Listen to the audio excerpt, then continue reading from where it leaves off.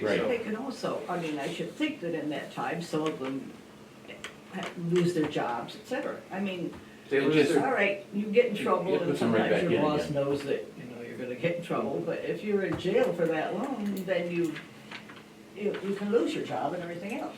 yeah, So as I everything. explained, most of my clients are very poor, so, the ones that have apartments and, that have jobs, they do lose their jobs while they're in jail, they lose their apartments, they lose everything they own. And The then it's landlord another throws reason out for all them of their to clothing, get out, I mean, because then they have nowhere to go. because they have nowhere to go, so they lose everything they have, so they get out of jail and they're wearing street clothes, and that's pretty much all of everything they own, when they get out, so, Donated clothes and all kinds of stuff. yeah. Because they don't know what to do. So they wind up having a great deal of difficulty. That's why I was interested in doing the bail, or rather the program for job work, or job release, because it would help people to get that work, Right, so that when keep they a get out on job. the street And they get out and still have it. and still have it. Right, And I then they're able totally agree to with that. fully I do think, that. I think the warden's fully okay with that too. I mean, if we can do that, I think he would rather do that too. He'd have more of a, there's more of a hold on everybody there than the other offices do. I think that would work well. Yeah, so I think that if we make some improvements, I mean, there's a number of improvements that can be made. And, I mean, it's just, it's a matter of actually taking them on. Right. I'm gonna make some improvements. I'm gonna take over a little bit more work currently that is handled by conflict counsel. And I'm gonna take over that duty that's within my statute to do so. And we need to, and I have nothing against probation. Our probation officers work hard and they do a great job for the county.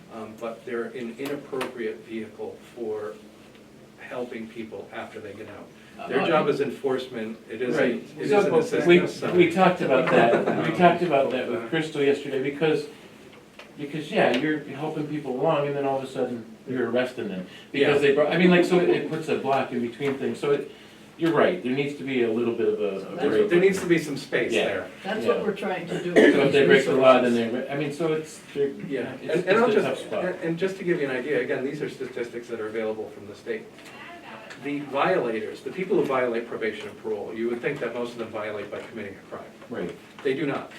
76% of people who violate probation and parole are technical violators, meaning that they have broken a rule of probation as opposed to a law. right, So they failed to call in, they failed to, and these are people that are violated, meaning that not only have they broken the rule, but then they're taken off of probation and parole and reincarcerated.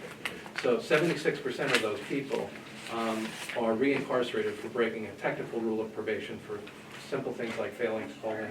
same or thing with like driving when court they're and not stuff. supposed to, or doing something. They're not usually using, they usually didn't turn in their stuff, or Yeah. there's papers signed, or.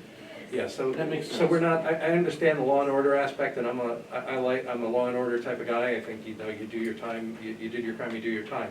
But by the same token, there's gotta be some fairness in the system, because eventually these people do have to be released. Right. And we don't wanna release criminals, we wanna release people who are rehabilitated.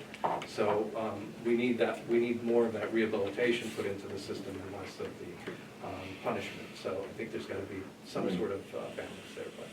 Thank you, Tim.